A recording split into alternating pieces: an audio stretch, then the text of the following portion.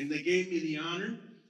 And so I began with the fulfillment of that promise by interviewing them, getting the details, getting them, pulling out facts and stories about their experiences as best as I could from their memory bank. Then the next step was to actually put it down on paper. So I began writing and spent the next 9 months writing every day, every opportunity I could, even though I had a full-time job. And after 9 months, I came up with the manuscript, got to give it to the boys. They got a chance to read it. We met. They got a chance to add something to it, change it, whatever they wanted. And finally, when they approved it, then I said, okay, now it needs to be published. I knew from past experiences that trying to find a literary agent who believes in the story as much as I did, who would then find a publisher who believes in the story as much as I do, was going to take a while. And time was not on our side. Some of my boys were in their late 60s, some in their 70s. I said, I can't wait that long. I believed in the story so much and in the boys, I went ahead and invested in publishing myself. I said, we're going to do it. And then the next step in the fulfillment of that promise, the book came out. And then we started getting interviews in TV and radio. The legislature recognized the team by passing resolutions thanks to State Representative Joaquin Castro and Pete Gallego. In 2011, I went to Hollywood to pitch the idea because everybody that read the book would come and tell me, Humberto, this has got to be a movie. This is movie material. I said, I know, that's the goal. I went to Hollywood, made my pitch. The response was positive and immediate. And we got a first contract for the production of the movie. We're all very excited.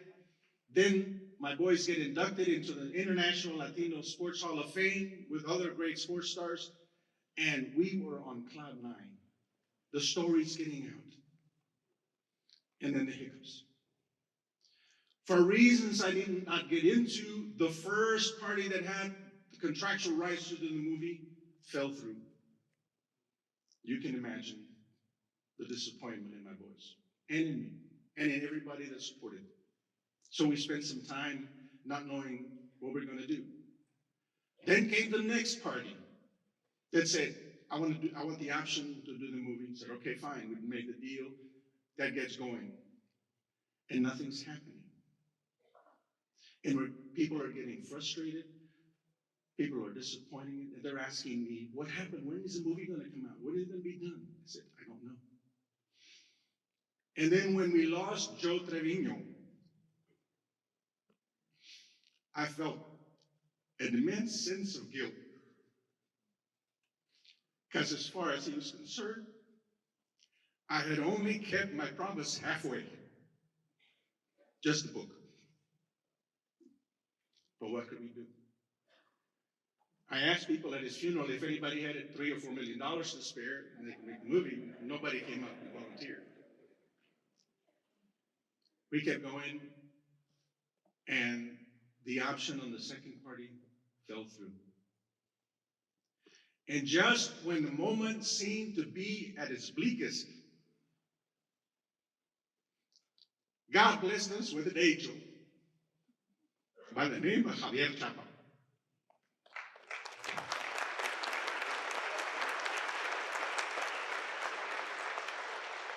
Javier understood the significance of the story. He knew it was movie material. He had the capacity to find the resources to do the project. He hired Paco Farias and Jennifer Stetson to do the screenplay. Then he hired Julio Quintana to direct the play. He got Jay Hernandez and Dennis Quaid and Cheech Marin and Jane Lee Ortiz and Christian and Paulina and the rest of the actors put together. And in Late 2019, Javier calls me and says, we got a deal done, we're going to get it going. I said, that's great. My people are going to be very excited. And then guess what? COVID hit. It's another delay. We keep on going. Javier never gave up. Javier kept going at it. And finally, in late 2021, he said, Humberto, it is signed. We're going to do this. We're going to start filming in June of 2022. And he kept his promise. He did. We filmed in Colombia in June and then outside of Austin in July, and the movie got done. It was a fabulous movie. And I got to tell you, I got a copy of the movie from Javier after Julio did his first cut. Halfway through the movie, my wife and I are bawling. That's the impact that it had on us. And it didn't have some of the music or some of the editing stuff. It's just a raw movie, and it had that impact on us. And so we went to the South by Southwest Festival, showed it, had great success. We're all excited, anticipating that it might be released in the summer of 2023. And guess what? The writers and the actors struck.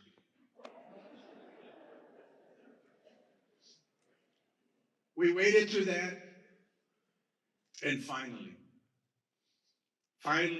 it was announced earlier this month that the movie was going to come out.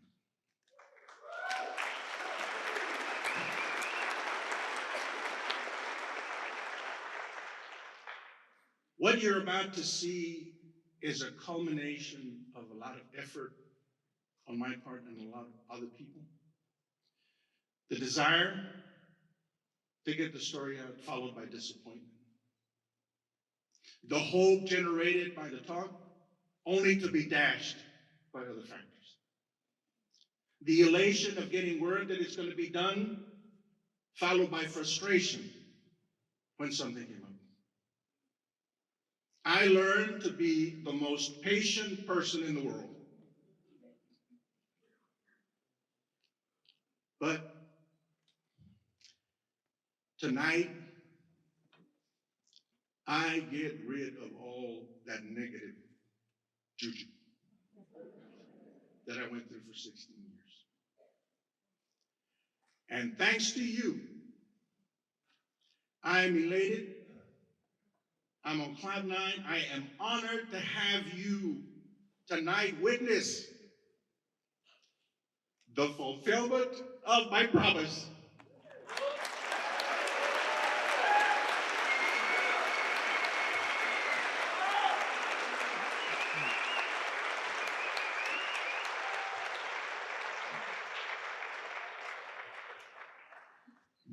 I wish I would have gone before him. That was not right. Well, I'm Julio Quintana. I'm the director of the movie, and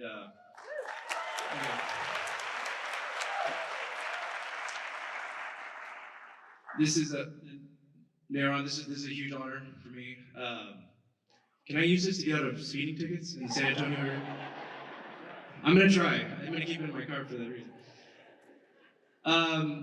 I'm not gonna keep you guys much longer. I speak through images and screenplays. I don't talk in front of crowds very often. But I will say that what Humberto just outlined, we're all here because of what he wrote, and he did what he did because of the players that did what they did. I came in a couple years ago.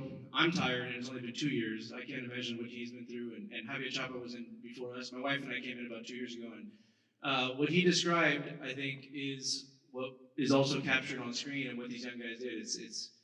It's the Latino spirit, man. Like, we take what we got, we make it happen,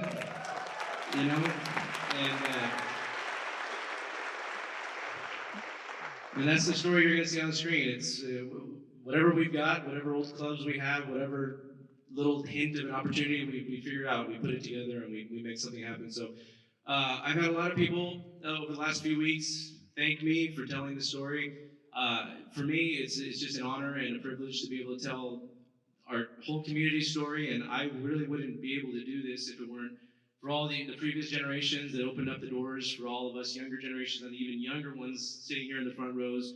I think we all have more opportunities, and we don't really have any excuses based on all the fights that the older generations did on our behalf. So I'm very grateful to everybody here who's I think our whole community has made this possible. That's the only way we could have done this. So thank you to everybody. Thank you, and again to Chapa and my wife. She's put up with a lot of crazy stuff over the last couple years. So thank you everybody. Enjoy the movie.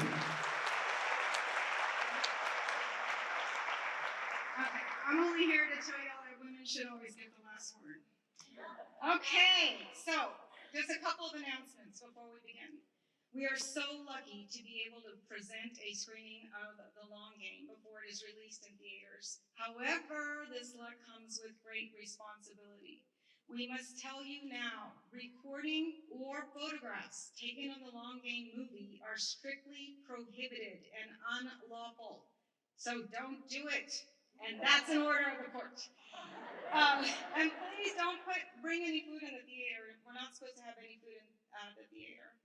All right, so now that that's out of the way, once the movie has completed, we will break for about 10 minutes, and if you'd like to stay, we will have a Q&A with Humberto and mucho más, and some of the actors from the film.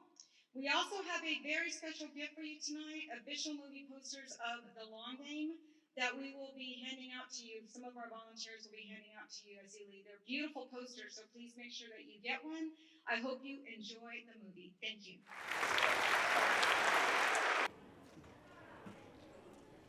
All right, if you have a question, we have a microphone down here, or over there, and just come down there and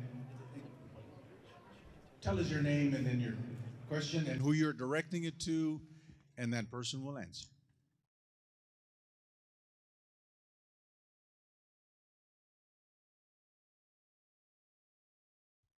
Go ahead. Hello, my name is Jack, and I play on the MacArthur golf team here in San Antonio. I was just wondering, I had a question for you. What was it like interviewing the team and just getting to hear those stories? I mean, it must have been amazing. It was exciting. It was a little difficult at first because by the time that I interviewed them, they're 60s, 70s, and they were having a little time remembering some. But the more we talked, and the more somebody brought up a little story, another one would say, no, that's not how it happened. It happened this way. And they'd come back. And by the time, after a course of 10 hours, we had a lot of information from all of them, and they were available to, or they actually were able to bring out of the memory bank some of those details and events that they lived back in the 50s. That's awesome. I just want to say thank you for, creating this and making this all happen and really sticking through it and making it happen through COVID, through all the trial and error and everything. I just want to say thank you. I think we could all You're say very welcome. we all thoroughly enjoyed the movie. It was amazing. Thank you very much. Round of applause, please. Round of applause. Thank you. Thank you, and good luck on the golf team. Yes, sir. Thank you. Yes, sir. For the creative team. So I know you shot in South America. So there were scenes where it was Del Rio, but we could see some mountains in the background. I don't know what you're talking about. But more importantly, why the decision to go shoot in South America? Were there incentives, or what exactly was? Yeah, unfortunately, it was tax incentives. These guys they're working on trying to get more incentives in Texas so we can shoot here, but it was Colombia was, especially when you need to get 150 extras and things on. It was just unaffordable. It's a small movie, so we had to do whatever we had to do to get it in the can. So.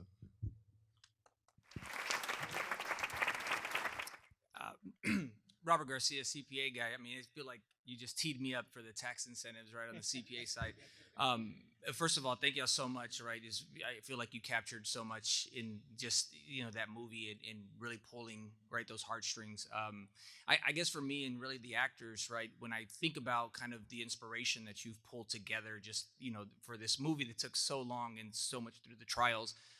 Where do you feel like your next step is, right, in terms of continuing sort of that Latino movement, right, that Latino inspiration, and making sure that we can continue to see ourselves in these motion pictures and whatnot? So, That's a great question. I think there's so many incredible stories out there by and for our community that celebrate our community, like the long game. So we have a lot more of these types of films that we're looking to put into production. And if we don't do it, very few will. And to add on that, how can we support you to do that? Go to the theaters April 12th.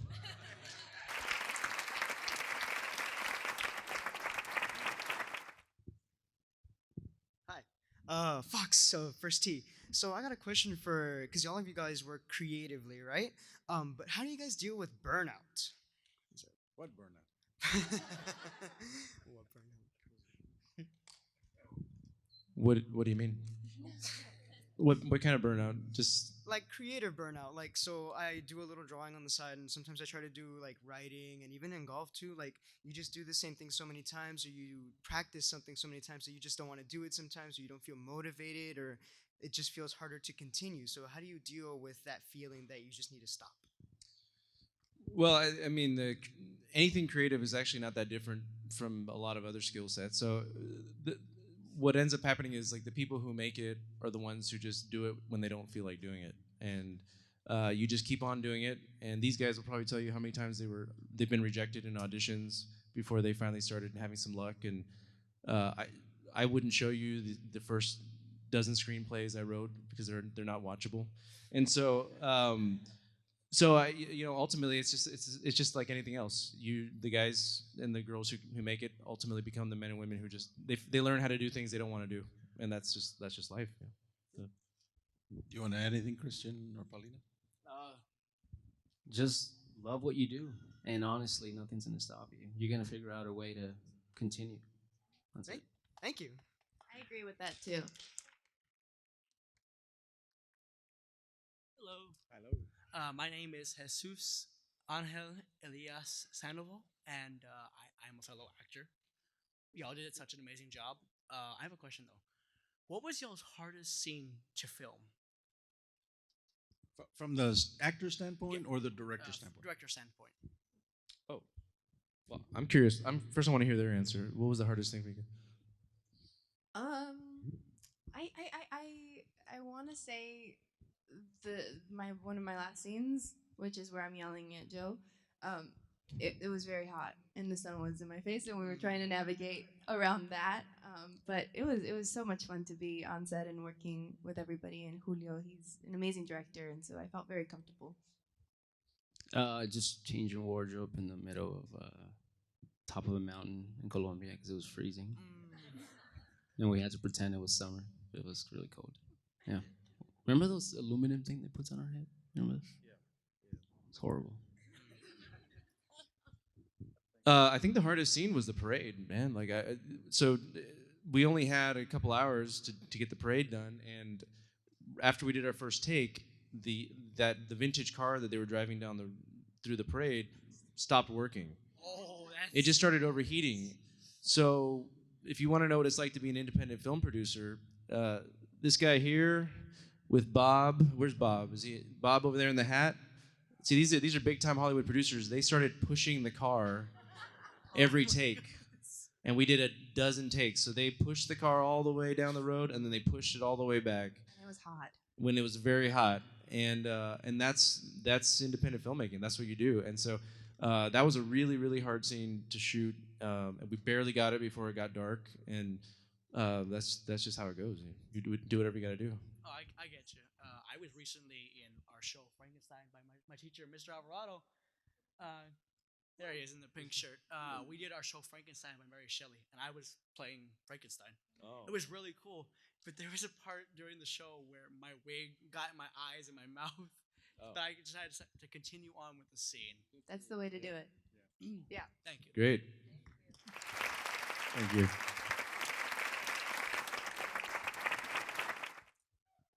Hi, I'm Sarah Paulina. I have admired you for so long, since Ashley Garcia. Oh my goodness. And seeing you in this was so amazing. Would you have any words of advice for somebody who wants to be just like you? Oh my goodness. I want to say that you're perfect just the way you are, and you do not have to be like me in any way. you really have to love what you're doing. I really do agree with that.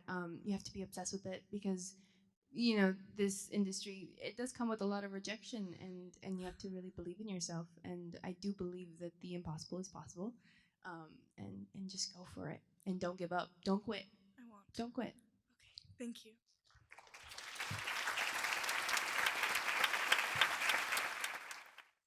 Good evening. I'm Rosa Cabezas Gil. I'm an attorney here in San Antonio, and I was the 1992 MAVA president. So I go way back.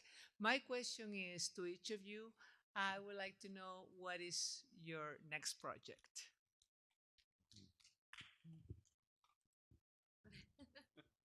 You want to go first? Yeah. We're doing a project called The Petting Up, which is a romantic comedy with Sony Pictures International. My next project is a play. I'm one of the actors, one of the members of the cast of Midnight Summer Sueño, and we're having a lot of fun practicing for them, rehearsing for that. It opens April 9th through the 14th. I love that feeling that you get on the stage and actually behind the camera, or in front of the camera rather. The only problem that I'm having right now in being involved in that project is that I am missing the special screening at the White House on April 9th.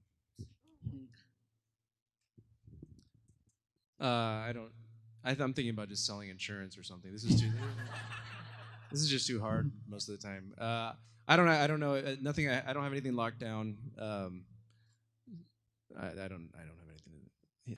No, so I have one. It's about skinwalkers in Texas, and no, I can't say much about that. But yeah, that's it. I just had an animated film come out on Netflix. It's called The Casa Grande's Movie. I played Bunguari in that, and that was a really fun project. I have a movie coming out with Cheech, who knows when, and I'm currently working on a Taylor Sheridan show.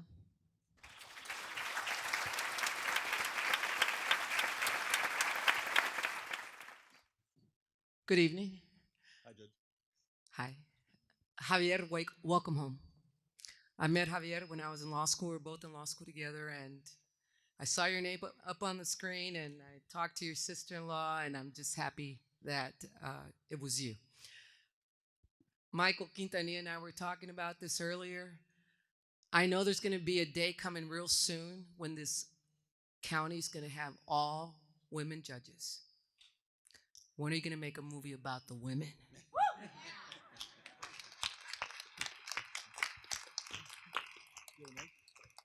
You have an answer? We make a lot of movies about women. We just made a movie about Jenny Rivera, who obviously was a very famous Mexican regional singer.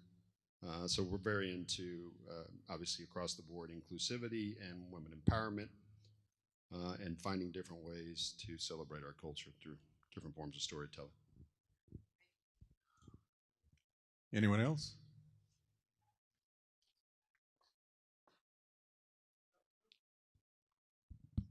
Good evening. My name is Justin Kokett. I'm an attorney here in San Antonio. The comment was made that this is a small movie. I don't think this was a small movie. I think this was a huge movie. My question is... Thank you.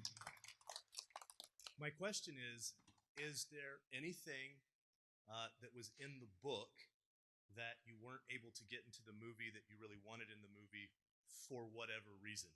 Anything that just didn't make it?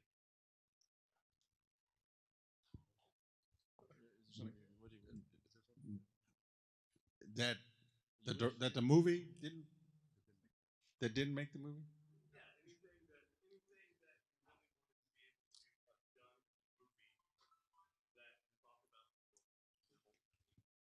I would have loved to have seen the final winning shot as reflected in the book.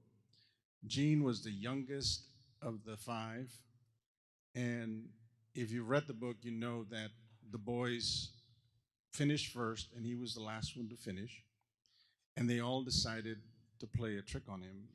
He hit his second shot into a bunker next to the green. It had been raining, the bunker is muddy, wet, and they all go up and tell him, Gene, you need to get this ball up and down and make par. If you do, we win. If you do not, we lose. I can't imagine more pressure on a 15-year-old and for him to actually carry it out and get it up and down for par, to me, demonstrates a lot of character and a lot of ganas to do what he wanted to do at the time he needed to do it. And of course, you know later that he realized, wait a minute, you told me that I needed to make that shot. We won by 36 strokes. That is my favorite part in the book. I'm sorry. I wanted people to cry and not laugh, so I made the choice. Hi, my name is Sydney, and I'd like to start by thanking you for giving me a glimpse of some of the stories that my grandpa has told me from back in the day when he was in high school. And my question is there any Spanish speaking now on the golf course? Oh, of course. Yes. Especially in our group, the Mexican American Golf Association of San Antonio, there's a lot of Spanish, including a lot of cursing. Golf is not complete unless you curse. English, Russian, Spanish, whatever you get. But yes, that hasn't been the case of a rule against Spanish for quite a while. Once we started playing in courses that didn't have us back in the 50s and 60s, things started to change. So.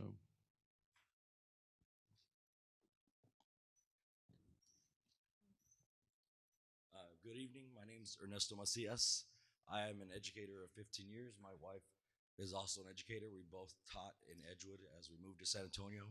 And I'm here with my two boys. So I just want to thank you all because this has been a very special moment for us as a family. My wife didn't want to come up because she was afraid of being emotional. I'm afraid of being emotional. The scenes that you did, and especially the scene with the bridge, was a very touching moment for our family because growing up a migrant herself and as a college student at Pan American University, now UTRGV, they rode across a bridge like that there in the valley. So that was a very important scene to her. So thank you for including that in the movie. As an educator, the last 2 years, I've started a golf program at my elementary school because we service about 80% Hispanic youth. And it's been hard because trying to convince parents, even in today's age, that golf is a sport for their children has been difficult. Myself, I didn't pay to play until I was 26. And I remember my first day on the golf course here in San Antonio, I walked down the sidewalk with my bag. And as soon as I saw the environment around me, I turned around and got in my car and drove home because I was afraid that I didn't belong. So to me, movies like this, telling our stories, are important. So one of my questions I want to ask you, Mr. Garcia, is what could I do as an educator, as a father? And I don't know if that your boys gave you any advice on how can we continue to move forward and fight those battles, or have the courage to keep moving forward and not be afraid to pave, paths ahead. I think the key is numbers. If you develop the kids into golf at a young age, let them fall in love with the game. You can't force them to participate in golf. They have to love it. There's a certain thing that happens when you first start playing golf, and then you become addicted. You get hooked, and it's hard to lose. But once you get it, and especially for young kids, if they get hooked on the game at a young age, it's going to be with them for the rest of their lives. And just encourage it. Encourage them, and more and more and more of these kids, if they start participating in golf, you're going to have some of them play in high school, succeed in high school, some of them play in college, succeed in college, and some of them go pro and succeed in pro. and it takes numbers, because only a few will actually get to the top, but the more you have, the better chances are for as many that reach the top. Oh, and there's nothing wrong with getting emotional. If you notice, it was difficult for me at the beginning. I would just like to say, please refer them to First Tee. First Tee is an excellent program. Thank you.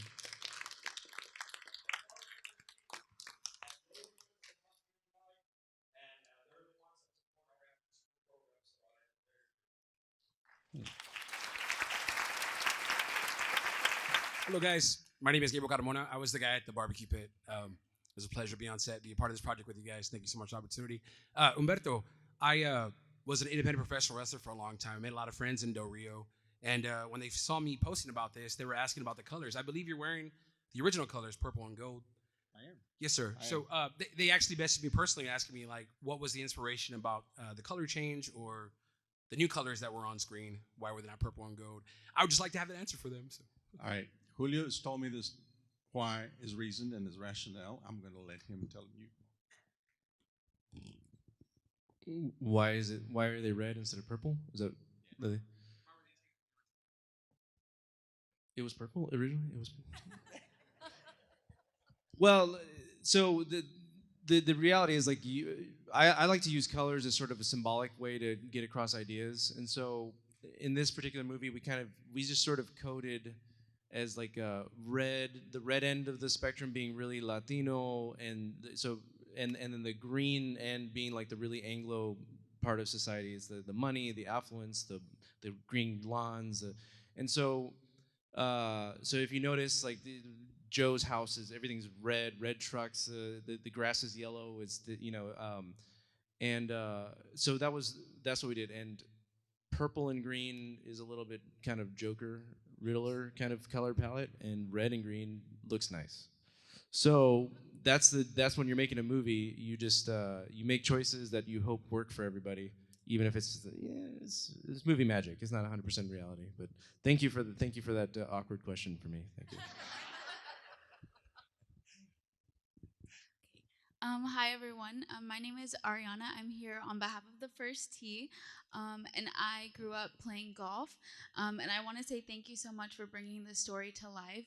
Being not only Mexican, but being a Mexican woman playing this sport has definitely had its challenges. So I am so thankful for Mr. Garcia for writing this story, bringing it to life, and then you, the actors, and the creators for bringing it to life. But one of the biggest questions I've had is, were the 5 players, did they play golf before? Like, did they, how was that bringing it to life, bringing that story and having the game brought up? You mean the real team members or the actors? No, the actors. The actors. Oh, Did the actors play golf? Some of them didn't. Nope. No. I learned in Colombia, the 2 weeks, but now I'm so good at Topgolf. Topgolf. So good. Yeah, that was my biggest one. I thought it was amazing. Everything looked really great. So that was my biggest question, was just how that was brought up. You notice they didn't have the perfect swings, but that's because the real guys didn't have perfect swings. Right.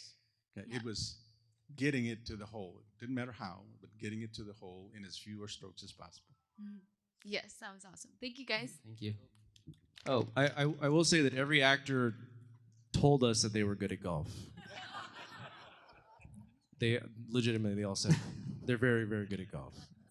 So that's actors. My name's Lisette Chapa. What inspires you every day? Ooh, good question. Being alive when you wake up.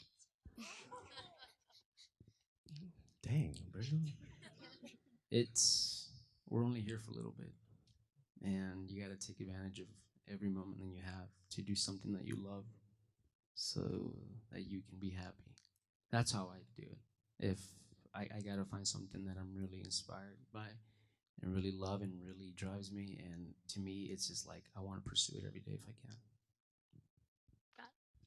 I mean, I think that this is now my 3rd movie, and I would say that when I when you first start off making movies, it's kind of like you're like, I'm an artist and I want to make things for myself. I want to make things that express me as a person, whatever. And I think now over the course of, by the time I got to this movie, I find it much more satisfying to feel like I'm making something for other people, something that other people can relate to and tells their stories. And so uh, I think just the feeling that we're contributing somehow to something bigger than ourselves is what makes it all worth it, because it's just too hard. It's too hard to do this for selfish reasons. It doesn't pay enough. Yeah. Thank you. Good evening. My name is Damian Salinas, one of the grandsons of Humberto, or as we know him, Tata. I have a question for the actors. How do y'all end up like in a big project like this? Like, where do you start? Um, I had a lot of support from my family, which I'm very grateful for. My parents are actually here right now, and my drama teacher, where it all started at Sky Harbor Elementary here in San Antonio. Um, yeah, I just wanted to be creative, and my parents supported me, and they would drive me to Dallas, Texas, almost every weekend, so that I could get training. Um, there's so much opportunity now, especially in Austin and here. Do student films, do anything to be creative, and that's how you start it. Thank you. I just got lucky, man. I've never taken an acting class before. No, I swear. They had, it was in high school. They put me in ROTC. I walked in and everybody was wearing that cucumber suit. I said nope. And I joined theater because they told me that it was a class where you can slack off. And they did a play. The last time that they had done a play was in 1959. So they did another one years later. I auditioned to be funny and I got cast as one of the leads. And I was like, okay, let me give it a try. So yeah. Thank you. That's not very inspirational. Sorry. It works. Love you, Tata. Love you, mijo. My name is Kevin, and what was y'all's favorite part of filming and writing?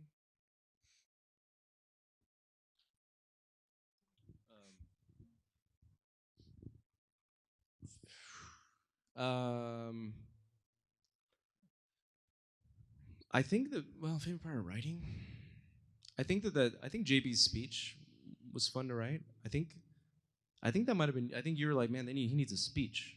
He's always like he needs a speech, and I was like, all right, I could try a speech. And I think that last speech that JB gives right before the big tournament, was before it starts raining. I think that was a fun one to write. Funnest thing to shoot, it was. I think the part of the montage when the sun is setting and all the boys are wrestling and trying to tackle JB and they're walking up the hill right at, at dusk. I mean, it was just, that's just pure cinema, just trying to capture beautiful, and they're just improvising, having a good time, and you can just feel that they all care about each other, and that kind of stuff is sort of magical when you capture that. Everybody's high fiving at the end, and you know that you just kind of got captured a little something special. So that stuff's pretty fun. The bar scene when we get chased by that truck. That was fun. That didn't feel like work at all. Well, it felt like work when it was like, okay, we gotta do it again. And then it's like, yeah. But that was the funnest for me. For me, I think climbing the water tower. That was really fun. There are so many safety precautions to take, but it was fun running around up there and making everybody nervous.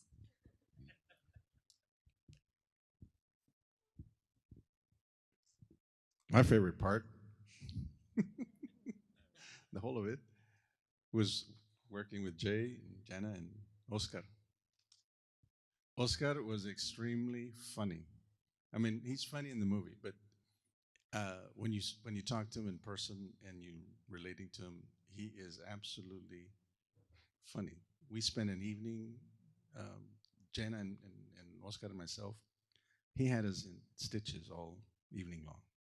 So, but we're filming that scene, even though it's brief. What, 15 seconds? It took 2.5 hours to film. That was fun. The most nerve-wracking scene was certainly the one Paulina was talking about. I think I bought extra insurance that day when you were up on the grain elevator. Well, along with. Well, my character then you don't have to be very comfortable because that was like where she hung out. So I was like, I have to. You certainly made it look very comfortable. What was my favorite scene? I thought the stuff with Cheech was a lot of fun. It was fun working with Cheech. He brought so much joy and such a pleasure to each scene. But there's so many scenes that are memorable and fun. I think the ending scene is really a special scene. You know, watching sort of one generation pass down the torch to the other, and to see the sort of the evolution of our culture, seeing hope and growing, I think is for me special. Thank you. All right, Thank we you. have 5 minutes left before we end our Q&A.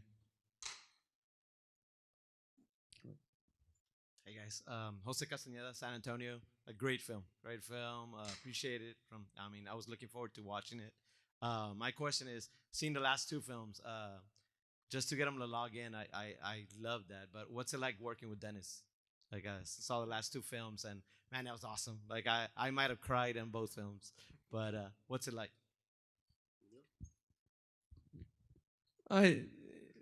It's like working with your grumpy uncle or something. You know, you're just like he's amazing, and he just brings a lot of spontaneous energy, and you don't, I don't know, you just don't always know what you're gonna get with him, but it's always interesting. You know, like he'll surprise you, and that's cool. Dennis was one thing we had was that, like, the younger cast. These guys were all like rock solid, prepared every minute. They knew their lines, they could hit their marks, and so I could count on them. And actually, they made it possible for Dennis and to kind of messy things up a little bit for me. So sometimes it was frustrating, but most of the time you're like, yeah, okay, yeah, that's better. That's definitely better. So yeah, we love Dennis. Not a question, but a couple of things. Thank you first, all of y'all. That was really great. It was inspiring. I attempted playing golf, and everybody can identify with that. But interesting point. I can really identify with the struggle of the kids. My grandfather was a charter member of the Pan American Golf Association. E. Chapa was his name. And, they had their struggles. The Pan American Golf Association was created for Mexican Americans to be able to get on golf courses in San Antonio originally. So thank you. And maybe we're related, who knows? Okay, thanks. Thank you. My name is Emilio Lira. I'm a financial advisor. Who was Cheech's cage supposed to be symbolic of? Let me tell you what my generation's been through, because I thought it was pretty cool. Or is that a thing? I mean, who? That's I. No, he made just me showed laugh the up whole wearing time. that, and I couldn't get him to take it off. It was. Yeah, no, it was that was I found a picture when I was researching the 50s, and I found a caddy dressed like that. It was a white guy that happened to be dressed like that, and it just, as soon as I saw that, I felt like that was the perfect symbol for that older generation that's just trying to keep their head down, not cause any problems, and I just thought it would be funny. And I remember the producers are like, "You're gonna keep him in the cage like the whole time?" They're like, really? And we compromised. We let him take it off. We let him swing it back during a couple of key moments, and. But I thought it would be. I mean, he did not like it. He. I don't think he actually realized when he signed on that he was going to be in the cage the whole time. So he was pretty grumpy about it at 3 a.m. But then once we finish it, now he thinks it's hilarious. But it's not comfortable. That thing. I tried it on, and it sucks. Yeah. Yes. Hello, my name is Elizabeth. I'm a golf player myself, and I'm an aspiring journalist. How was the writing process and the script process for y'all? Oh, well, writing the book was an amazing experience. I just needed the material, the right material, and once I got that, putting it down on paper just required dedication and consistent effort every day. The training came from high school and creative writing in college, and attempting to write many other things before this story finally landed on my lap. And the script, I had not only Humberto's book, but I also had a script that was brought to me by Paco Farias, and so it was I was just adapting the screenplay, and so so the writing process is just a lot of coffee and naps. until you're done. You just keep typing. Yep.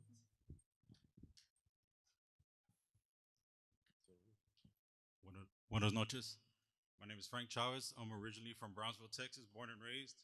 I grew up golfing in Fort Brown, which has been closed now. It's a border patrol base, but growing in there, you would see all the other side, all the people crossing the river coming from Matamoros, and border patrol, surrounding them in helicopters, and me being 10 years old, trying to make a par on a par three. But my question is, how would you what advice would you give to people who face discrimination that are just ready to start off in their career? Besides consulting a lawyer?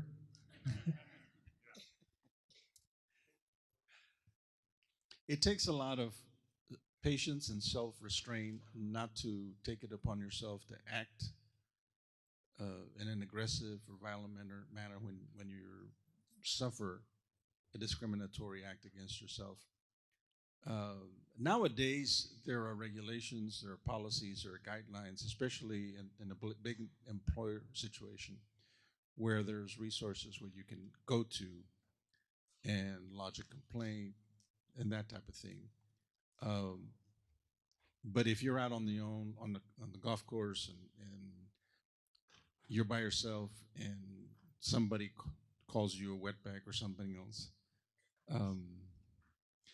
the old me would say, deck him. But the old me, well, when I say the old me, before I became a lawyer, that old me would have decked him. But the older me now would say, walk away and just dismiss him and go do your own thing. All right, we're past our time. Thank you very much. Oh, go ahead. Hey, my name's Tristan.